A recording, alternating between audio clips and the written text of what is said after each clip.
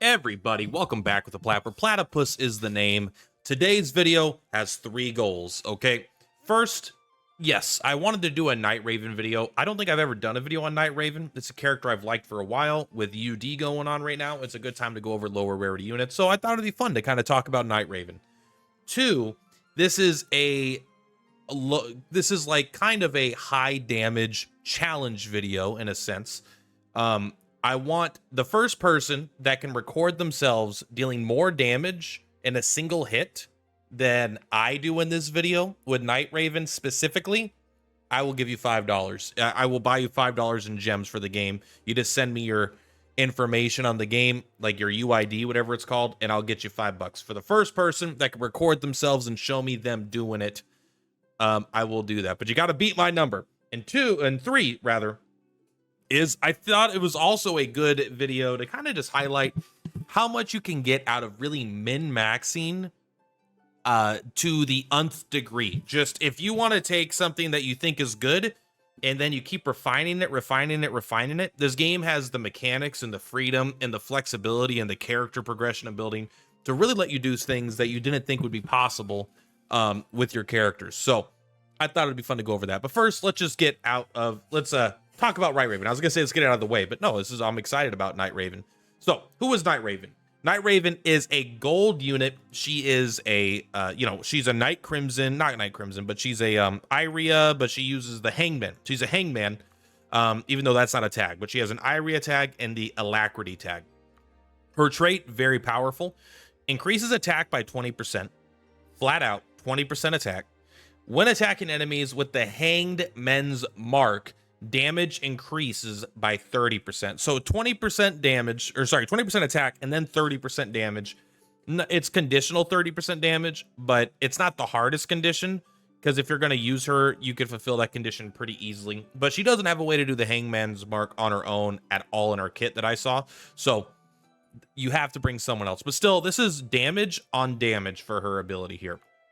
So let's kind of go over her skills. Her very basic skill here, I believe, is the Eroding Darkness. And actually, this is not a very good skill. It's fine. It's reasonable. But on a heavy damage dealer, a 55% damage is not exactly what you're looking for. But still, does it in a pretty big range and inflicts 2 random level 2 debuffs on 2 turns. This is her signature skill. Not insanely impressive, but let's go ahead and take a look at her skill. So on the skill tree here, you could see that I went solo kill all the way down. I think I've made 2 mistakes here over the course of my playthrough, but they were kind of good early on and I was learning. But for the most part, I think 3 are good, 2 I should be worked on. Rank 1, I would switch here to Erosion. Life Devourer is really good if you have a low level account. 150% damage is huge, and 45% life steal is great for self-sustain and just self-healing. But once you're at like rank 7, this becomes a skill you'll probably never use. And the other rank 1 ability is just a 1 energy poke, so sometimes you could just do some reasonable damage anyway. 85% is obviously a lot lower than 150%, but this is 1 energy. You could do it twice, and you could even debuff their magic defense, their attack. It's overall just good. And you could even turn off their healing. I like that healing turn off is a level 2 debuff. Rank 3, your options here are going to be Corruption, which is like the Abyss passive. You just start throwing debuffs around. They're level 1 debuffs, not very good. Settlement of the Hangman is great. If you hit someone and then they're dying afterwards, you basically execute them unless they have resistance to percent HP damage, in which case you'll still deal extra damage. And 30% is a pretty large, because they're below 30%, so it's reasonable to just kill things after you do this. So I would take what I took here. Rank 5 is the other mistake I say that I made. Glare is kind of bad. You take 8% less damage, and then when you receive an attack, you inflict damage 2 down on the attacker for 2 turns. That's just not that good. Overall, just the darkness is you take 8% less damage, and then if they have multiple debuffs, you decrease the damage taken by an additional 10 to 30%. So 38% damage reduction is just way better for staying alive. Getting damage down too after you get hit, I mean, maybe this activates before you take damage and that's fine, but I still think that's less than just taking the huge damage reduction. We're gonna skip and go to rank 9. You could take the ability to get a 30% chance of sleep. I think it's reasonable, but I think if you want her to be who she's supposed to be, You want the charge attack. This deals the same amount of damage initially, but then it gives you more damage on the following turn. And as all these modifiers start to stack up, it's very important because you got the attack, you got the damage, now you get more damage. I think it's very important. Now, rank 7, I think that this is a very easy choice. I personally love Dark Ripple, but it's just not what this character is doing. This is what I'm doing with like Abyss. Maybe Lash, I think, has this too. Pretty good ability, turns off passives, turns off reactions, does reasonable damage in a big area. It's not like better than the her initial skill. I guess it is. Yeah, it does damage. I was thinking of the other skill here. I was thinking of for some reason that it did 85%, but that's just erosion. Dark Ripple is a good skill though overall. I like Dark Ripple, but it's not what you want. What you want is Darkest Annihilation. This skill slaps, bro. Single target attack, 180% damage. I think there's only one character with a higher percent. There's one. Flame Sorceress has a 200% damage, but she doesn't have all this attack and damage built into her kit at the same exact time. So this is a pretty crazy attack. On top of 180% damage, you just get armor piercing for a turn. That's huge. Also, if you give her act again through some means, you know, a Nana or a talent or whatever, you know, it lasts for a turn. So I believe if she gets act again, her second attack, even if you don't use Darkest Annihilation, will have that armor piercing. So you can get pretty good act again value out of her again on a budget team if you're using like a, you know, the talent that gives her act again. Darkest Annihilation into just a normal, I don't know, corrosion or something like that. Could do quite a bit of damage. This attack is insane. This attack does so much damage. So she is a single target damage dealer. She has the ability to do AoE, but and she could even do it like consistently, but that's 3 energy and this is 2 energy. I don't know. It's just not my thing. Like using Eroding Darkness every turn to try to deal some damage. I think you want to blow the fuck out of single target characters. And so everything we're doing here today is to do that, right? We got her 20% attack, 30% damage.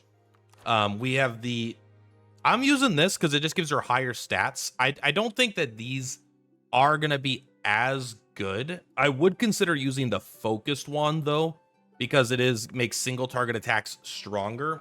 But it increases your magic attack by 6% right now. If I had a better version of it, like if I had the 15%, I think I would use that. The issue is getting magic attack by 6% on my account is not as good as getting magic attack by 6% HP.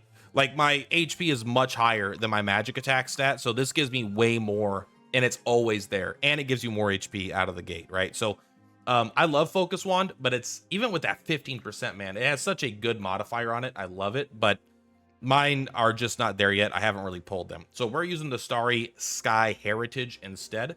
I'm using the Maverick Cloak because we are going to be... I don't know if I would use this on her on a normal map. On a normal situation, you would probably want to use something closer to... I don't know. Honestly, like the Shield of Justice is just really good on everybody. The Maverick Cloak is good if you can keep her far away, but because she needs to be 3 tiles away and someone needs to be able to do that that energy thing, you know, then that could be pretty rough. They need to, give her the Hangman's Mark.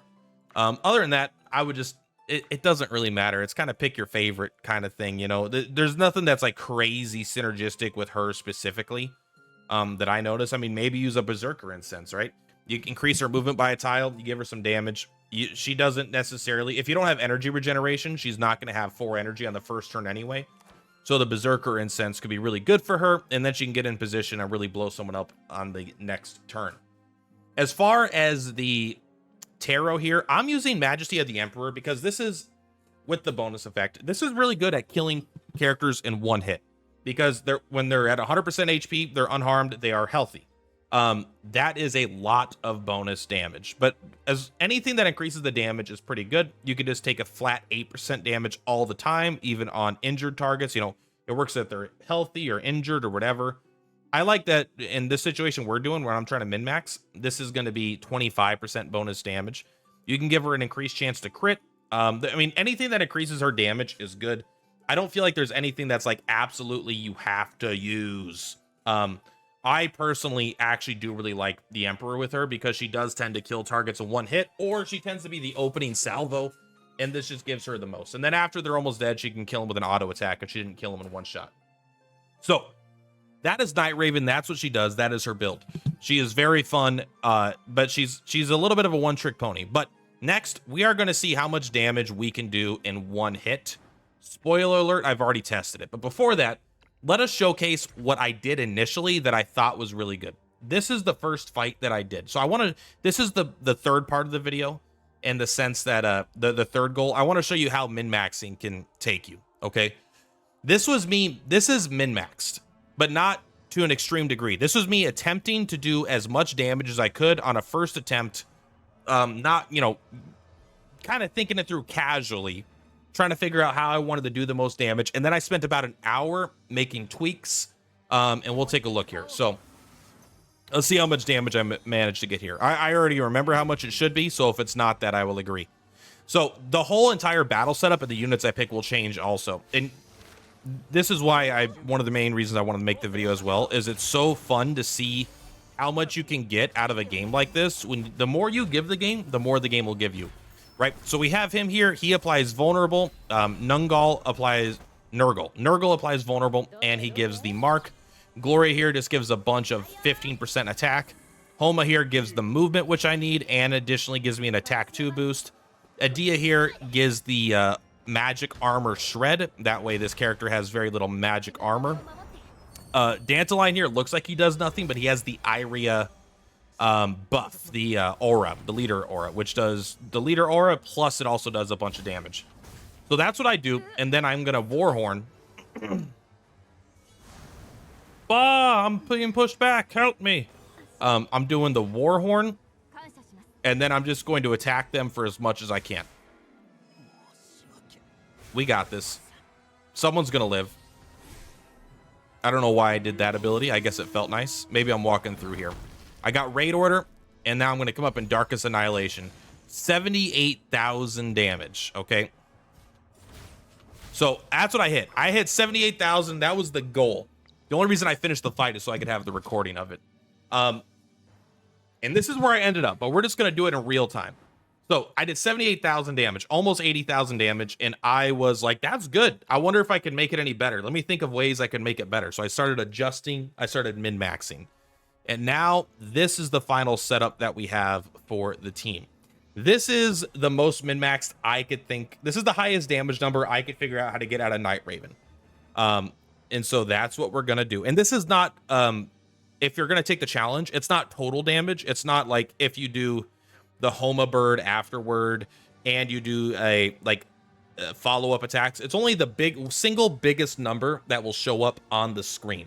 That's what I care about. So let's make sure we got our tactics. We got the raid order. So this is so fun. I had so much fun like doing this little like self-imposed puzzle. It's a very good game. So first, we are going to just give everyone energy and their cooldowns. Just make sure everyone can do their thing. And now you are going to stand by. You could give everyone movement, but there's no purpose of it. We don't need to, so I kind of want to not do it. Homa is going to give the bird to Night Raven. This will give her the movement and the attack up too. You can go ahead and stand right there. Next up, we have Sophia. Sophia is important here because she applies the Hangman's Mark, but she also applies magic defense down too. Bada bing, bada boom. Now, this is the part that really, this took me like 6 iterations to think of, and it was someone in chat, I think, that actually helped me here, which is why it's good to stream if you want to min-max games, because people will point out all your mistakes. With Sophia, I realized that I could use this guy to teleport my Edda into position, because I could not find out myself, and then you're going to come up here. I could not figure out initially how to get a box into a good spot. I couldn't find out how to get my character on top of a high ground opportunity. I kind of wrote it off as not possible, and then I remembered the assassin could teleport with her, because initially I don't think I used that skill on her. Now we are bringing Nono Will here specifically because she applies vulnerable 3, which is better than what the Nurgle's vulnerable 2 is, obviously. It gives her dodge. We don't care. We don't attack. We're not here for that. Now, Night Raven is going to come up here, and we are going to attack. The only reason we're attacking here is to get the 15% damage on our next skill. So we are going to do a lot of damage to this character, but it's not going to look like a one-shot. But still, there we go. All right, we don't care about all this damage. We just want her to attack to get the 15% damage. Now, this part is super important. Yes, we put the box down here. Boom, we got the box. And this is very important. With this, you don't want to do this here. This is what I was trying to figure out. Because Edda is slower, and because of the Maverick Cloak, I need her to be 3 tiles away. But she can only put the box adjacently. So how do I get her far enough away where the Maverick Cloak works? Simple. I hit the boss and Night Raven with my own liquor, lowering the speed of my own Night Raven to be slower than Edda, so Edda will get a turn before Night Raven gets to go. So this is why Edda is such a good support for magic teams. She put the box, which gives the Highland advantage, 1. She gives the liquor, which is a 40% magic defense shred, 2. And she also has a damage 3 buff here, 3. So all 3 of her abilities directly buff the damage of my magic dealer, which is fantastic. So Fondness is going to kill someone. Not that one doesn't. She did kill someone. I guess not. Homa's a badass. All right, so I could do the movement here on a main boy, but let's put it back to fast. I think I had fast off so I could see the number easier. So you are going to just heal everybody. I just want to make sure that I'm topped off, unharmed. I don't think I need it. But you know what? Go ahead. I don't know why I did this the other time. Let's do it this time as well. Feels good. Now you're going to stand right there. Now you need to be 4 tiles away. Because one thing I didn't mention, but she has the Hangman Commander. She has to be within 5 tiles. But if she's within 3, she has to be 4 or 5 tiles. So she could move here, but 4 tiles is good. Because if she's too close, the Maverick Cloak won't work. But the 5 tile radius gives her range. So 1, 2, 3, 4. She is 4 tiles away, and she is just going to stand here. She already applied the mark, which is great. Dandelion is going to move up here. We just need him to not die from an attack. You are going to move back here. You are going to stand here. Also noting, I don't want to give away all my secrets, but maybe I should, to give you guys the best chance, is she also has the Judgment Tarot on her. So with the hidden effect, so applying judgment. So here we are. Just so the normal attack right here, we're hitting for 14,000. With this attack here, we're hitting for 16,000. With our normal ability, we're hitting for 40,000. But we have not yet done Warhorn. If we take a look at let's just take a look at the enemy now. How much does he have? He has 395 magic defense. If we hit him with the Warhorn, he's got 0. But we'll check that in a second. And now we're also going to be using Raid Order, which gives us a 100% crit chance while attacking from the side and 20% bonus crit damage. So we don't need to worry about getting crits. It's going to work. So now if we look here, if we look at the... look away, child. Look away. If we look here at the boss, he has 0 defense. He has magic defense down to vulnerable 3. That's a big one. So no defense, and then no defense. So 0 defense. Then he also has judgment. So he has vulnerable 3, 30% more damage, 10% more damage, and then 80% more damage all on him. That is a lot. So now when I come up here and I look at this, it's looking like it's hitting for 77,000 damage. But we haven't even crit yet. And what are the buffs on our character? Yes, we have liquor, so we're slightly slower. Our magic defense, no! Belore, I'm not counting that damage. So we have attack 2, damage increase from her basic attack, damage 3, raid order, leader aura, 4 Iria, and HM commander. That's 7 separate buffs to increase the damage. So if we come here, we're going to get up on our high ground. You can tell it's high ground because of the little symbol here, by the way. And now we're going to slow it down, and we're going to see what's the number. And I want it to be slow because I want this in the thumbnail as well. 123,531. 123,531 damage from Night Raven. Now, if we actually take a look here, how much HP? All right, come on. We're going to lose, all right? That would have been enough damage to kill this guy over 10,000 damage if we hadn't hurt him at all first. So there we go. Actually, you know what? I will let this fight finish out. That way I can get the recording. All right, so there it is. If you're able to beat 123,531 damage with a single big number, let me know, and I'll give you $5 of gems on your account. And besides that, man, Night Raven really is good. That's obviously a pie in the sky min-max thing, but here's the point. I initially did less than 80,000 damage on my first attempt where I was trying to min-max and do really good. After I spent an hour and a half tweaking things, getting the strategy, adjusting it, having a breakthrough or two, I got a 50% damage increase from, let's just say 80,000 to 120. And it's above that. It was like 76,000 to 123,000. So slightly better. But that's the kind of things that if you're really willing to put in the work, you can get some insane numbers if you just spend a lot of time. Now, do you always want to spend that time? No. That's why there's auto battle and you can overpower things sometimes. But I mean, between Night Raven being a really fun, very viable single target damage dealer with just how much freedom you have to like adjust the characters in your party to get the most buffs out of them, and to just have, honestly, like a lot of fun with this kind of self-imposed min-maxing. I just had a great time. I know how I can make her stronger. I know I can get better rolls on my gear, and I can get, you know, her relationship status up to get another couple percent. I could probably level up my talents, but honestly, these are very, very heavy investments for my account at this point.